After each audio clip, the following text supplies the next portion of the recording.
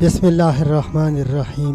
مکہ کے سینے میں صدیوں سے خاموش ریت میں چھپا ہوا ایک راز دفن تھا، اور پھر ایک خواب نے اس راز کو جگا دیا۔ ایک معجزہ، یہ عبد المطلب کے ہاتھوں وہ نورانی کنواں دوبارہ زندہ ہوا۔ یہ وہ لمحہ تھا جب زمین نے زمزم کو لوٹا دیا۔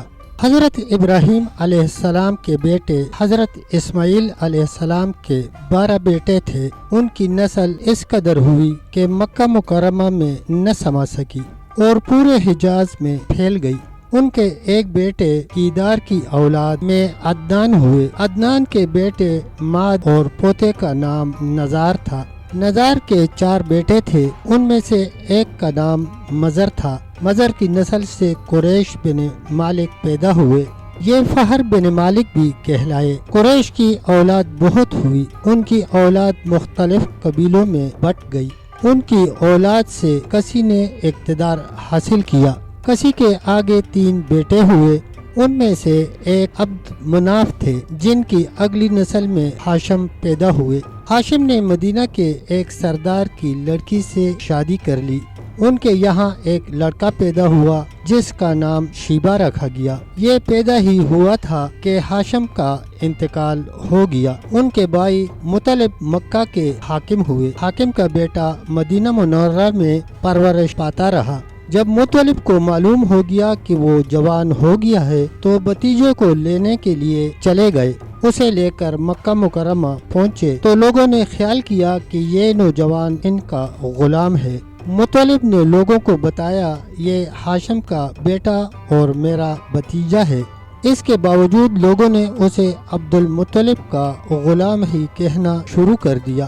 اس طرح شیبہ کو عبد المطلب کہا جانے لگا۔ عبد المطلب کے یہاں ابو طالب، حمزہ، عباس، عبداللہ و ابو لہب، حارث، زبیر، زرار اور عبد الرحمن پیدا ہوئے۔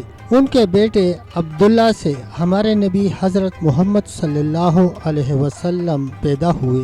عبد المطلب کے تمام بیٹوں میں حضرت عبداللہ سب سے زیادہ خوبصورت اور سب سے زیادہ پاک دامن تھے۔ عبد المطلب کو خواب میں زمزم کا کنواں کھودنے کا حکم دیا گیا، یعنی حضرت اسماعیل علیہ السلام کے کنویں کو۔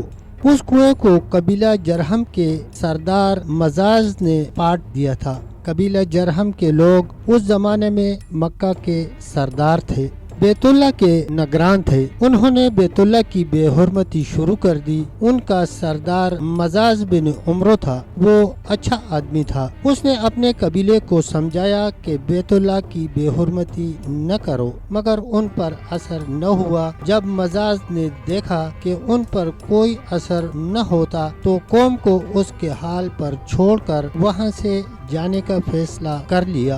اس نے تمام مال و دولت، تلواریں اور زریں وغیرہ خانہ کعبہ سے نکال کر زمزم کے کنویں میں ڈال دی اور مٹی سے اس کو پاٹ دیا۔ کنواں اس سے پہلے ہی خشک ہو چکا تھا، اب اس کا نام و نشان مٹ گیا۔ مدتوں یہ کنواں بند پڑا رہا اور اس کے بعد بنو خزاعہ نے بنو جرہم کو وہاں سے مار بھگایا۔ بنو خزاعہ اور کسی کی سرداری کا زمانہ اسی حالت میں جا گزرا۔ کنواں بند رہا یہاں تک کہ کسی کے بعد عبد المطلب کا زمانہ آ گیا۔ انہوں نے خواب میں دیکھا، خواب میں انہیں زمزم کے کنویں کی جگہ دکھائی گئی اور اس کے کھودنے کا حکم دیا گیا۔ حضرت علی رضی اللہ عنہ سے روایت ہے کہ عبد المطلب نے بتایا، میں حجر اسود کے مقام پر سو رہا تھا کہ میرے پاس ایک آنے والا آیا۔ اس نے مجھ سے کہا، طیبہ کو کھودو۔ میں نے اس سے پوچھا، طیبہ کیا ہے؟ مگر وہ کچھ بتائے بغیر چلا گیا۔ دوسری طرف رات پھر خواب میں وہی شخص آیا اور کہنے لگا، برا کو کھودو۔ میں نے پوچھا، برا کیا ہے؟ وہ کچھ بتائے بغیر چلے گئے۔ تیسری رات میں اپنے بستر پر سو رہا تھا کہ پھر وہ شخص خواب میں آ گیا۔ اس نے کہا، مظنونہ کھودو۔ میں نے پوچھا، مظنونہ کیا ہے؟ وہ بتائے بغیر چلا گیا۔